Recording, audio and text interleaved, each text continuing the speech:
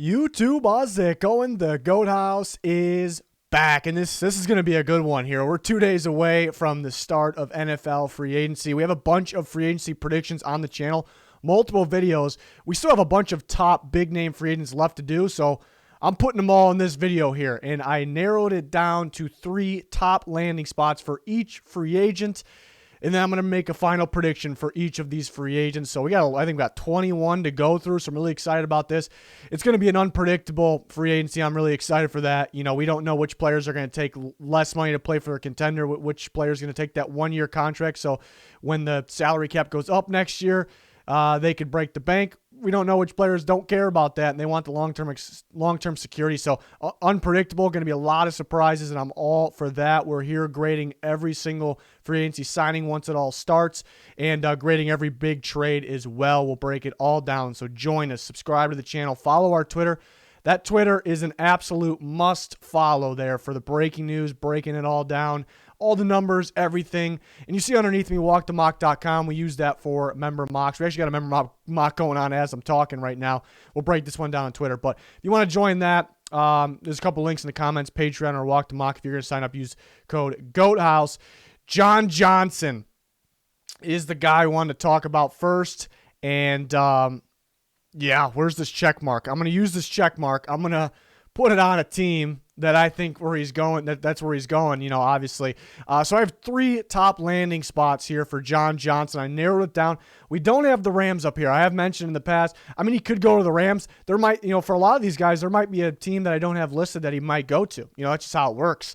There's a lot of other good landing spots. A lot of teams need free safeties like John Johnson could use them. They have the cap space.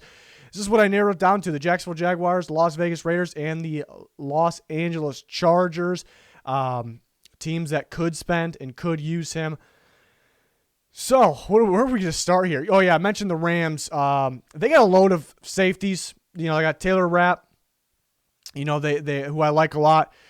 They got Jordan Fuller, and they have Terrell Burgess, who they signed last year, or drafted last year, excuse me. So, I think they'll be okay. Of course, John Johnson's, you know, the best of the group. They're a little limited on cap space. The Rams tend to wait last second for all their news, so I'm expecting Monday morning to hear all this Rams restructure, and they're in the positive cap space. So maybe they could potentially make a move like this. It's just not looking that great right now. But again, John Johnson's good. I don't think he's going to make or break that team, that defense, because, again, they have other safeties, and what makes or break them is obviously Aaron Donald and Jalen Ramsey. But I like these teams. You know, the Raiders need to get somebody, you know, back there at the free safety position and lacking there for quite some time. They signed LaMarcus Joyner from the Rams, put him in the slot corner. That didn't make any sense, didn't work out. They end up cutting him. So they try this once again? The Jacksonville Jaguars have the most cap space in the NFL. Do they go for it here? Upgrade to safety position. Chargers, a familiar face with Brandon Staley, the defensive coordinator of the Rams. He is now the head coach of the Chargers, and they're looking to improve that spot. So my final prediction here is actually going to be the Chargers. I'm going to go with the Chargers here. That Staley connection is fantastic. You know, he really utilized the safety position, you know, and that was very important to that defense last year with the Rams. It was so important they used 4 different safeties. I just listed them off, talking about the Rams. And John Johnson was a key piece of their defense. You heard Staley talk about that in the past as well. You know, the Chargers definitely could use a free safety. They could upgrade that position. They have Derwin James, who's a strong safety. You know, it really depends. You know, maybe they like Nasir Adderley. Maybe they still like, you know, they like him. But they're going to use, you know, in that defense, they're going to use multiple safeties. And Derwin James mainly going to be up in the box. He's got to stay healthy, though. That's one thing here.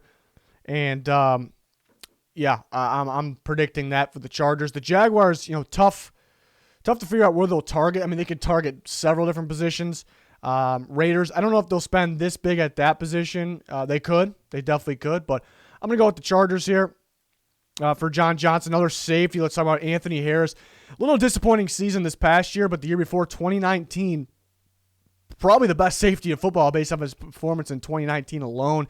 Was an absolute playmaker, in the back end for the Vikings. They had a little more responsibility this year, so it became a little tougher. So, and again, we can put a bunch of teams up here. We can put the Raiders. I mean, any team that needs a free safety. The Cowboys are looking for that guy. You know, I like the fit of Anthony Harris. The Browns, he's kind of been linked to the Browns. because they need a free safety, and maybe because Stefanski's there, he had kind of a front row seat. Even though he didn't coach the defense for the Vikings, obviously he coached offense. He had a front row seat for Anthony Harris's big-time season there in 2019. And the Panthers looking to upgrade there. Trey Boston was solid, but they cut him. Why? Because they want to upgrade anyway, so, why keep him around? So I think that would be a pretty good upgrade. Again, there's, I don't really see him going back to the Vikings. I don't think they'll spend big at the position, especially based off his season last year. But he's one of those guys that I could see him kind of getting overpaid because you kind of do have to base things off 1 year. He's also one of those guys where, even if it's a lot of money, I may really like it with specific fits, specific teams, or I may absolutely hate it. It's kind of one of those players here. So this is a tough one. I'm kind of back and forth on this one. I mentioned the Browns. He's been linked to the Browns. They may rather give Grant Delpit a shot to free safety rather than pay a good amount of money. So that was kind of the first team I was removing. I'm gonna go with the Cowboys. I'm gonna predict the Cowboys. This one's definitely up in the air. Now, if John Johnson doesn't go to the Chargers, everything could change and that could blow up everything. That's the beauty of free agency. I think, I think this year specifically it's pretty unpredictable. We've done a good job in the past predicting where guys will go, but this year's going to be crazy. I feel like I'm gonna go with the Cowboys though. Pair this guy with Donovan Wilson. I think. The Panthers will be right there in it with him, I think, too. But he's been linked to Washington quite a bit. I don't think Washington's going to spend a lot in the secondary. And they got Cameron Curl and Landon Collins in there. I don't really see that. But he's been linked to them and the Browns a lot. I'm going to go with the Cowboys here for Anthony Harris. And we're moving on to the next one. Asked people for suggestions on Twitter just in case I didn't have somebody ready on this video. And a lot of people recommended Malik Hooker, so I threw Malik Hooker in here. And I do have a prediction for Malik Hooker. But we got the Jaguars. Again, they may be looking for free safety. It's weird because they're going to run more of a Raven scheme, which they didn't really value having a safety deep in coverage, which some of these free safeties that we talked about tend to be deep in coverage sometimes. But they may not do exactly that. And they have had Earl Thomas in the past who, kind of played that role. So it just depends on their philosophy. It won't be that exact Martindale philosophy there, but we'll see. Eagles have that connection, the Colts coaching tree heading over to the Eagles, and they definitely need to upgrade in secondary, especially in coverage. So they have the connection, and they have some chemistry there, obviously. It's the same thing, I guess, what I just said. And the Panthers obviously looking to upgrade from, at their safety group there. Jeremy Chin, kind of a hybrid player. He plays a little safety, plays a little linebacker. So that's a tough team to figure out, the Panthers, because where do they value that if they got another guy that they value high that's moving around all over the place, lining up at free, lining up at strong, slot, box, basically box at the linebacker position. So it's a tough team to figure out with their defense. Give me the Jaguars. Give me the Jaguars here. I think, I think they'll spend big on the defensive line. I think they'll spend big, some other spots, finishing that offense, getting ready for Trevor Lawrence. Maybe on a cornerback, perhaps, maybe. We'll see. It's tough to predict. So this will be a little cheaper, and, I think the Jaguars will like to have a guy like Malik Hooker back there, and they'll value more of the strong safety, position a little more in that defense. I think that'll be a little more valuable to them. Malik Hooker play free safety for them. Could be a pretty good pickup. He's got a lot of upside still. I still view him as a prospect because he hasn't been in the league that long, hasn't got a whole bunch of reps. He's not staying healthy. That's the tough part with him. If he was fully healthy through this point, we'd be talking about a big payday right now because I think he has that talent. So potential boom or bust free agent based on his talent and injury. That's kind of the talent. The ceiling, the floor is the injury concern. Next up, going to the corners, Richard Sherman, a big one here, big-time veteran. I do like some of the younger guys better. We talked about William Jackson in a past video. We'll talk about Shaq Griffin in this one. Linked to the Jets. Why? Because Robert Saleh, Raiders, has been some talk. He can join up there. Gus Bradley's there too, some connection there when he was in Seattle. And the Cardinals are looking at cornerbacks. I think they'll be in on a guy like William Jackson. And I was kind of back, if you remember in that video, I was kind of back and forth between Bengals, Cardinals, Texans, and I kind of just shuffling around between those three teams. I feel like it's one of those teams. So we'll see what happens there. Yeah, that's a tough one too. I mean, you can throw a lot of teams. You could go play for a contender like Green Bay, Buffalo. Those are definitely possibilities. You can throw the Broncos. Those are three teams you can put right in here with those teams. So that's why this is tough. I don't expect to be, super accurate on these. It's very, very unpredictable this year, but, I'm confident because we've been accurate in the past. And I'm basing a lot of things off fit here because either way, if they don't land there or not, it still makes sense, because of the fit. I'm going to go with the Raiders. There's been some connection there, especially with Gus Bradley in there. The Raiders depth, I don't think they're looking for a young corner with a lot of upside, really. I mean, they would like one, but I think they kind of have those guys. They're not giving up. Trayvon Mullen, there was games where he looked like, okay, this guy could be a top 10 corner in a couple of years. And there's games where it's like, okay, he's got a lot of work to do. And then Damon Arnett overall was very disappointing. But it's just 1 year in.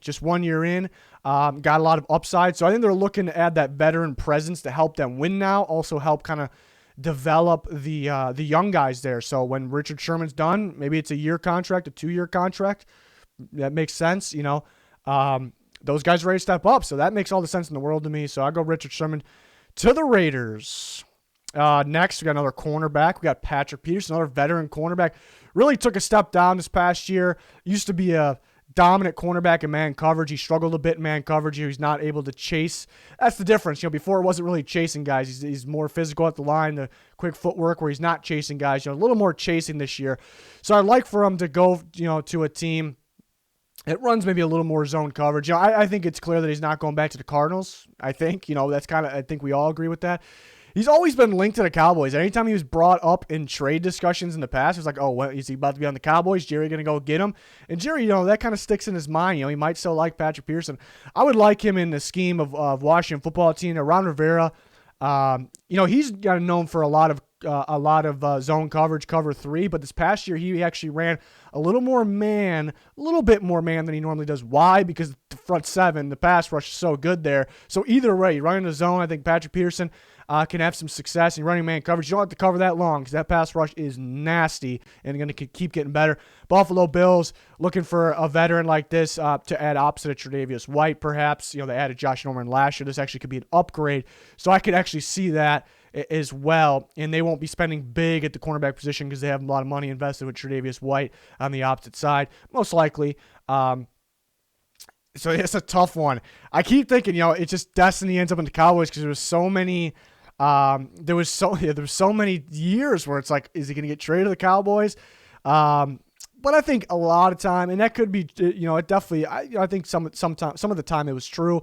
But I think a lot of times the guys get brought up, especially corners, safeties. It's like people try to link them to the Cowboys. I'm kind of feeling head over to Ron Rivera. That defense is going to be pretty appealing. I think he can actually take that step back up, back in that direction, in that scheme, in that defense. So I really like that a lot. There's a lot of other teams here. I thought, if the Colts lose a guy like Xavier Rhodes, maybe, that's a good replacement. It's tough to figure out. Patrick Peterson, he might actually cost a little bit more than people are thinking. I mean, he's still a confident guy, and he's got some upside, so not potential really because he's a veteran. He might be on his decline, but I think he has some upside where with the right defense, he can play like that stud that he just was a couple years ago in a Washington defense. So I think Washington be willing to pay a little more. I think they're a corner like this. I mean, they could use another linebacker too, but I think they're like a corner like this where if he plays at his good ability, that is an elite, complete defense. So I like the idea of that. I haven't heard anything on it. We'll see if that happens. Shaq Griffin, I think William Jackson, probably the top free agent because you definitely factor in upside. But Shaquille Griffin, I think right there with William Jackson, they're right there together. And we can list a bunch of teams here. We can list the Cardinals here. We can list the Texans. We can list, and we can go on and on. We have the 49ers maybe. We can list a lot of teams. It was tough to narrow this one down. I like these 3 teams. The Broncos got to go in on a cornerback. Some think they may just wait to the draft. That's a possibility. The Jets, I see a fit in Robert Saleh's defense there.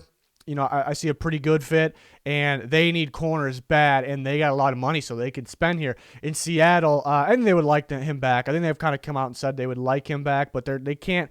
They got to make Russell Wilson happy. They're going to spend on the offensive line, and we'll see if they get the job done there. And that might take up, and they got to focus on pass rush maybe before corner because, in my opinion, it's a little more important. We'll see what it is for them.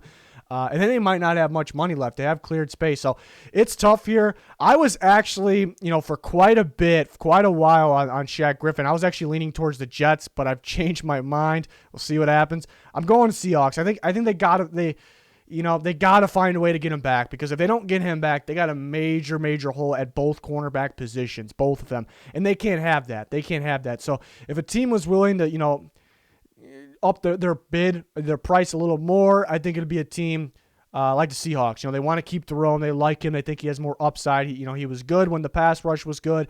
They just can't afford to lose him. They just can't. So that's what it comes down to. So I have him going back to the Seattle Seahawks here. Next up, another cornerback here, Xavier Rhodes. I really like the fits here. Colts, Bills, and Texans. Thought about the Packers too. The new defensive coordinator, though. I think I liked him as a fit. Based on their scheme last year. See what they do. But yeah, he fits in the Colts. They kind of revived his career. Played a lot of cover too. He did a really good job at that. In the Texans, Lovie Smith coming in, his Tampa too. It's a really good fit there, and I think it's a solid fit for the Bills as well. They'll be looking to add, I think, a veteran corner out there. I can narrow it down to two. I just really like the fit of the Colts and the Houston Texans here. What it comes down to, some teams might be a little cautious because, he was an elite corner a few years ago, but then he had two really bad years. One of that year had some injuries, but that 2019 season with the Vikings, it was really rough. And then he had a good year last year, but some teams may be like, hey, what if that 2019 comes back up? We don't want to pay too much. We'll take him, but not too much. So I think the team, willing to trust him the most here is the team that he just played well for. So I'm going to go back to the Colts there.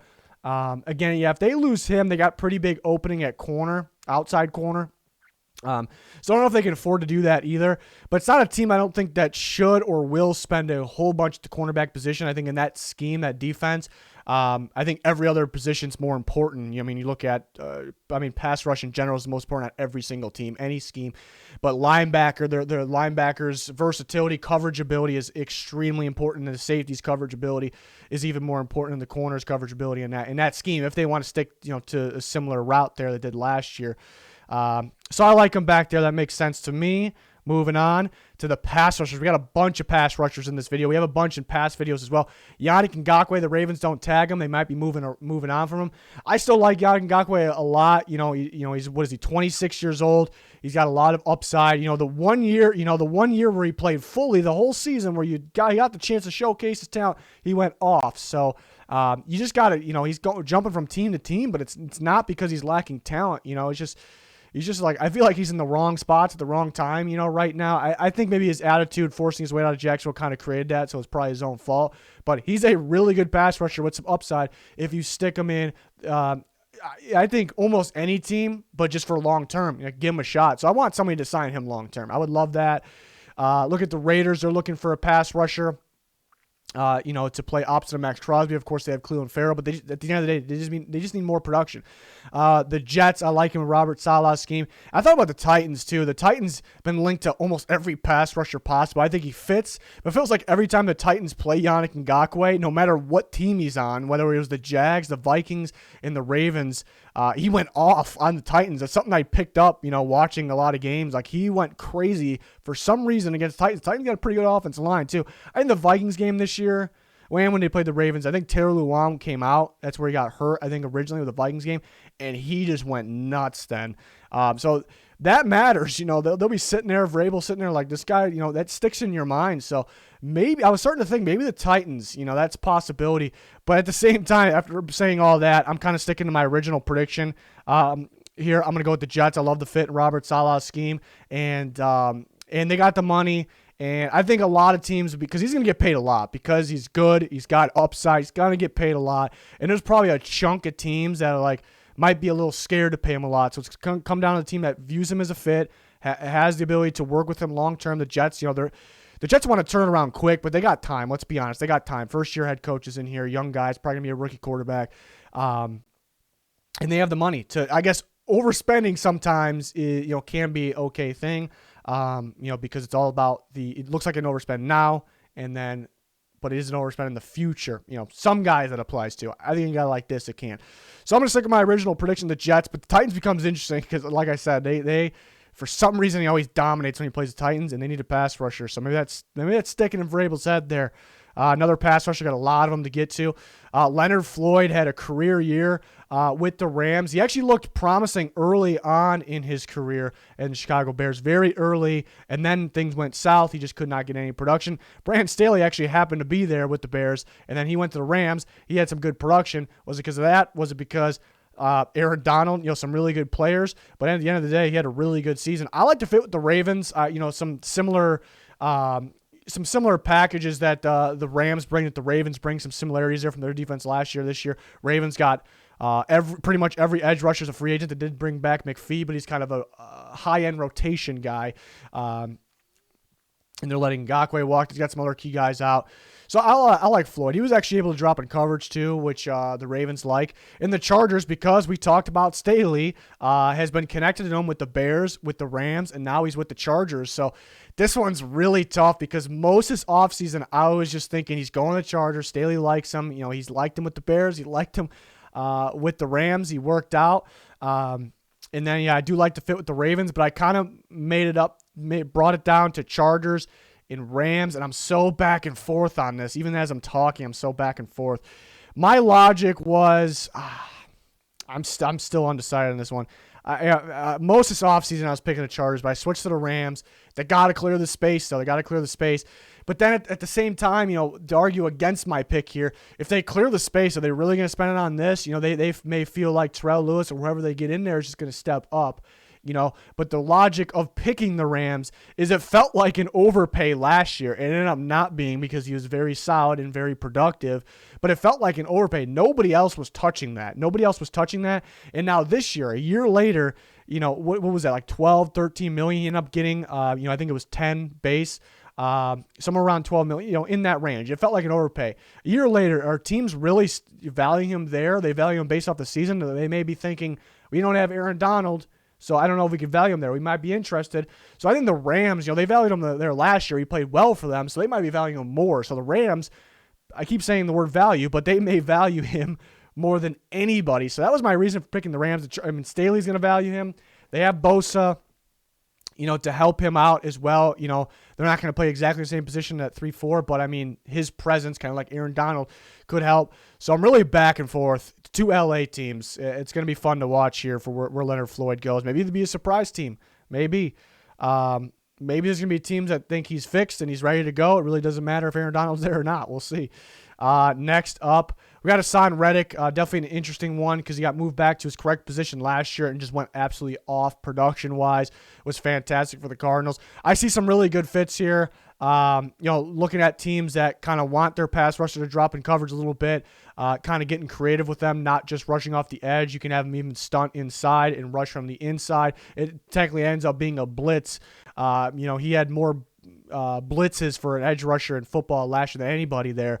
So there's a lot of teams that kind of fits. I was even thinking the Steelers, replace Bud Dupree, but their focus might be elsewhere. They like Alex Highsmith as well, possibly.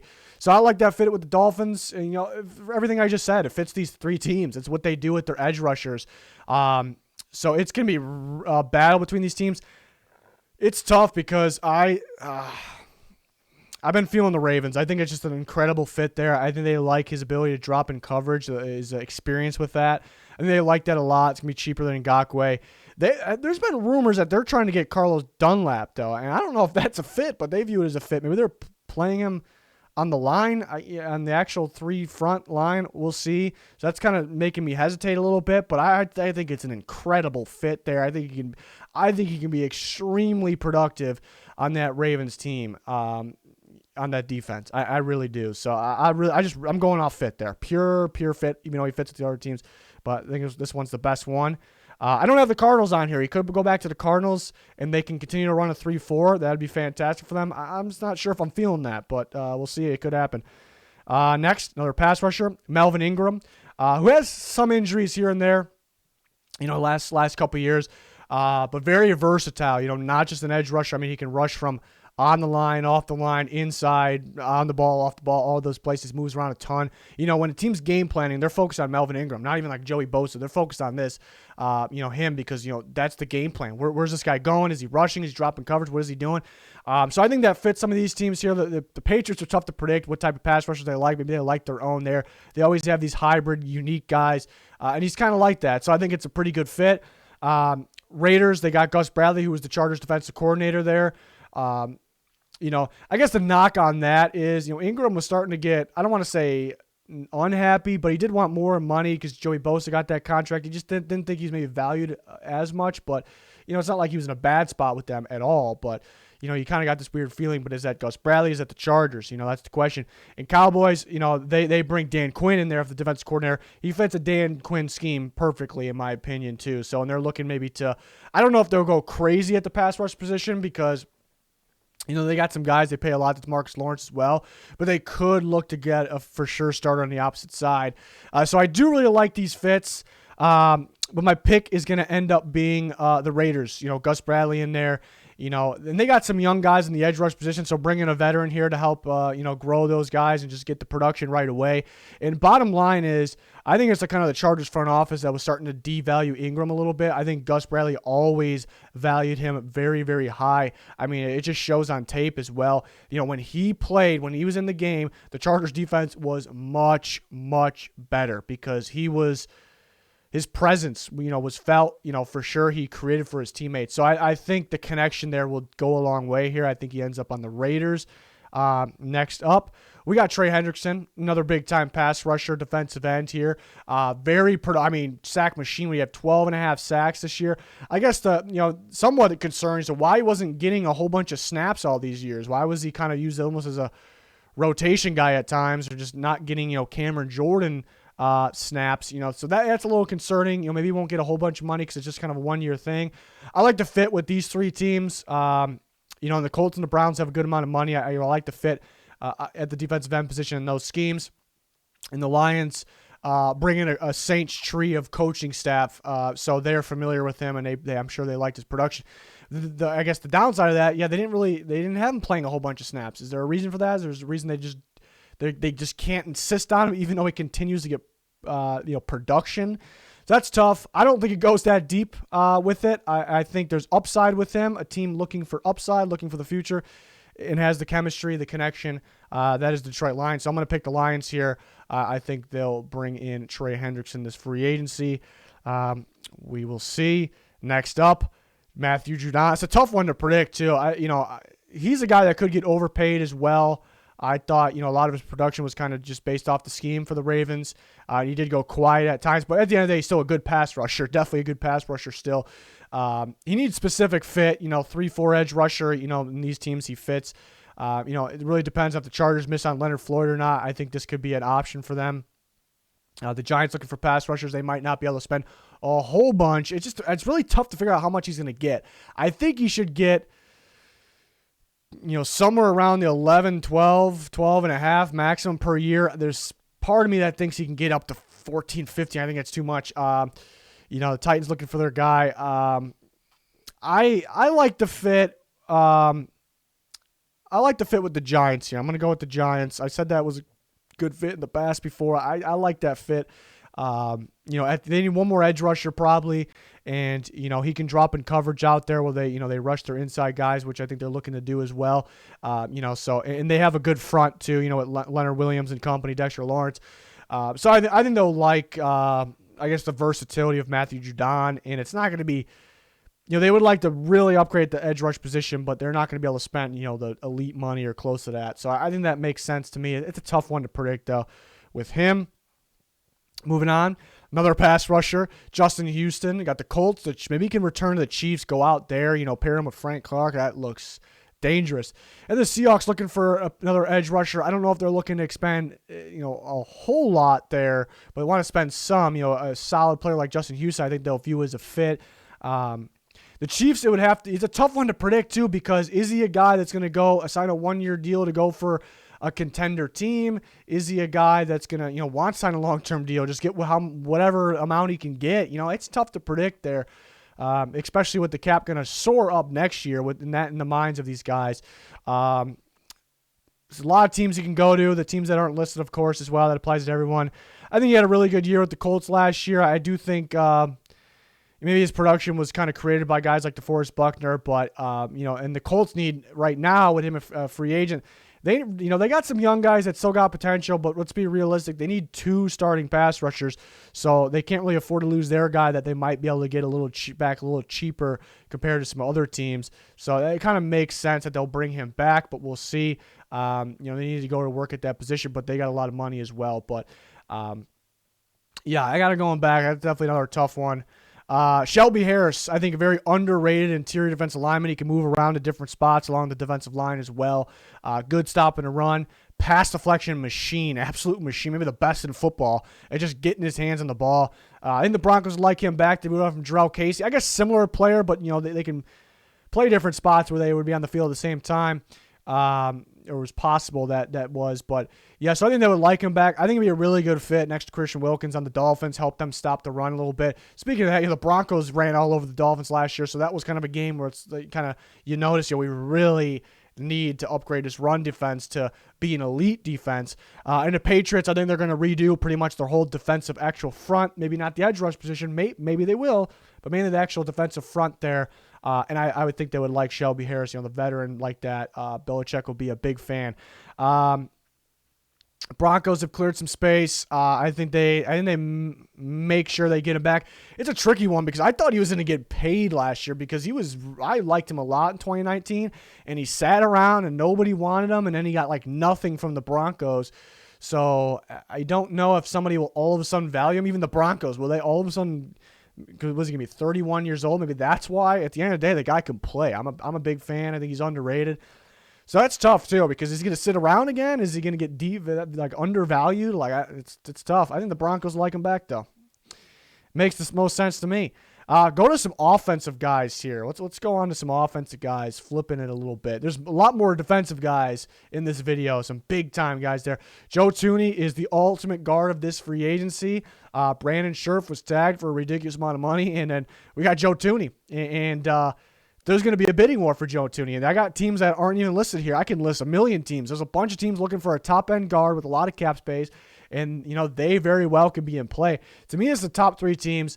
The Bengals I view as a fit. I linked Joe Thuney to the Bengals last year. And then, but he ended up going back, right away with the Patriots, for another year. Was it a tag? And, it was a tag last year. So that kind of canceled that out. Seahawks, they gotta make Russell Wilson happy. They could use 2 interior guys, that being a guard and a center, maybe a right tackle. They gotta make Russell Wilson happy, so they're gonna have to spend on this. This is kind of maybe their most important thing. And the Chargers, they need everything besides maybe right tackle for now. They need everything. So they'll be going in for a guard like this. So this is tough. It's tough to predict who's gonna win the bidding war. It's what it's gonna be. Could be another team as well. I'm gonna stick with where I linked them last year, and that was with the Bengals. Bengals desperately need offensive line. I mean, all these teams do. I'll just kind of go with my original feeling there, because if I go away from it and it happens, I'm not going to be too happy. But, it just makes sense to me. So get Joe Burrow some help on the inside here.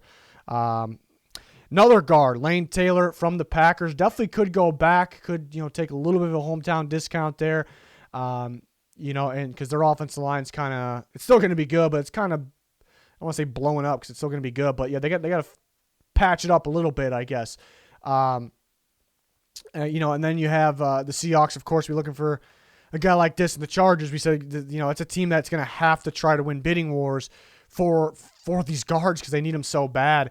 And I'm going to say that the Chargers, just bid these teams. They pay me a little more than expected for a guy like this, if they miss on Joe Thuney. And you pair him with Brian Bulaga as well, his former teammate there from the Packers. So I think the Packers aren't going to overspend on guys like this because they're good at developing them. They're good at drafting them, finding them, fixing them, whatever it is. So they're not going to overspend because they trust their process as they should. So I'm going to go with the Chargers, spend a little bit there and get him. Moving on to the next team, I'm having some technical difficulties here. That's fantastic. We're good. We're all right. Corey Linsley. I didn't have the Packers up here. It's possible, but I don't think they're going to overspend on a center. It's a well-coached unit, and it's a well-ran unit, mainly by Rodgers and the other elite pieces there. David Bakhtiari, and I think Elgin Jenkins is on his way. So they don't need to overspend for a center. They just maybe they get him back a hometown discount. Very possible. And there's a ton of teams I could have put up here. A lot of teams need centers. I could put the Chargers up here too. I just had them getting Lane Taylor. They could get him. They can get Corey Linsley. They can just build a Packers offensive line there around Brian Bulaga as well.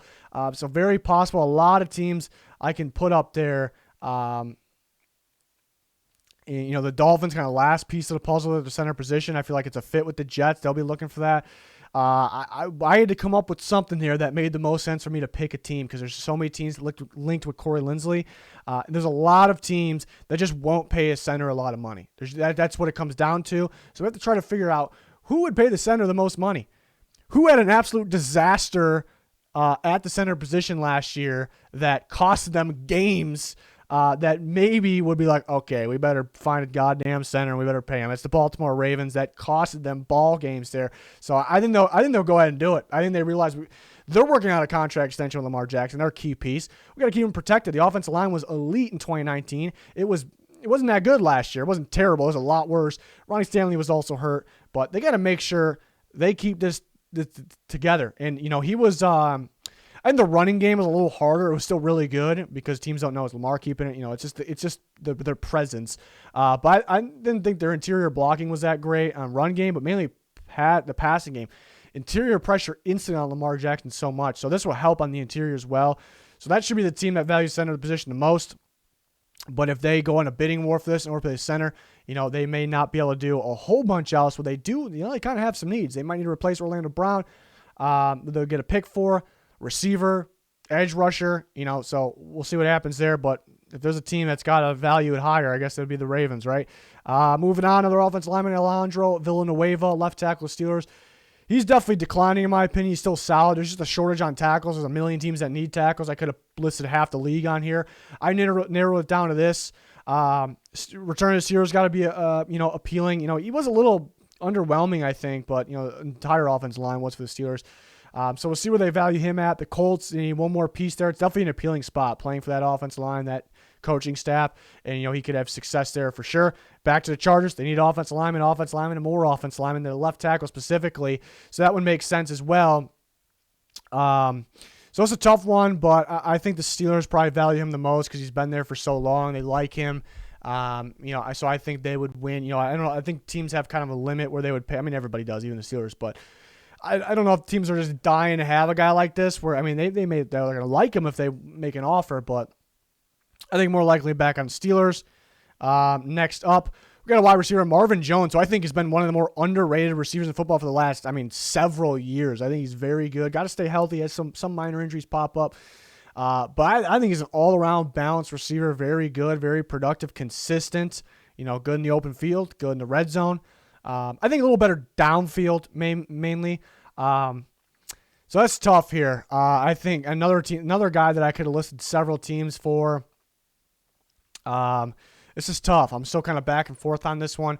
I could even put the Bengals. You could return back to the Bengals. It's the Ravens. It sounds like they're not going to spend huge, like on a top tier guy, maybe his teammate Kenny Galladay. They may pass on that. So they may go for kind of the mid-level, maybe a little above mid-level guy like Marvin Jones. So that's why I'm kind of almost talking myself in the Ravens. He would dominate on the Packers with Aaron Rodgers. He'd be fantastic there. My pick this whole time was going to be the Patriots, but I'm almost talking to myself and the other teams. I'll stick with my original pick. It's a Patriots type receiver. They'll like him. They want to get things going downfield a little more. Cam had a lot of, just the only thing he could attempt was throws underneath, and they kind of blame the receivers for that, the lack of separation downfield, just not being good enough receivers on top of that. So, adding a guy like Marvin Jones makes sense.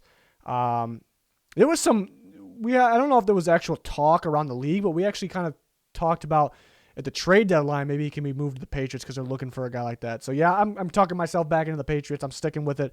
That's what we're going with. And we got one more There's a million free agents we didn't even get to. We'll cover it all during free agency. Chris Carson. I like Chris Carson. I think, he's a hard runner, physical runner. He's got a little wiggle to him, too. When he gets the ball outside, he's not, the best receiving back, but he can move. He can get downfield. It's just about staying healthy. I think he's a very underrated running back. He's a top 10 running back if healthy. But is it the system? Isn't the Seahawks system? I don't even have the Seahawks up here. I feel like they're not going to be able to spend here because we focus on Shaq Griffin, a pass rusher, and maybe multiple offensive linemen, maybe a tight end. So I don't know if they'll get him back. It's tough, though, because I could see him going back because he was so important to them. He was so important to them that they played much better with him, and they knew that, too. But maybe it's time for Rashad Penny to step up. Maybe they go to the draft. But I'm kind of starting to talk myself into the Seahawks, too. But I really like these fits. He's kind of been linked to the Jets, It's that, Shanahan coaching tree, that scheme. They like the tough runners, the hard runners there. At the same time, they never have valued running backs that much. Maybe I should have the Seahawks in replace of the Jets here because they don't pay big money. I mean, maybe they're a little different philosophy over there. I love the fit in the Falcons. I think the closest thing to Derrick Henry, over the years, there's probably two: Nick Chubb, Chris Carson, and Arthur Smith there with the Falcons. That could be his Derrick Henry there. And a running back is a very important piece to that offensive system. Very important. So they may have to get a guy like that. Maybe they get Todd Gurley back, but so I think it's a really good fit. I can see him with the Cardinals, too. Chase Edmonds, a little shiftier. Get him the ball outside, so they need a guy that can pound the football. Drake, they force-fed Drake last year. They do like him. Not super consistent. I think they can get better. And I think they'll really like Chris Carson here, and I think he'll like the idea of playing in that system as well. I'm going to go Cardinals, but that's one I'm kind of back and forth on as well.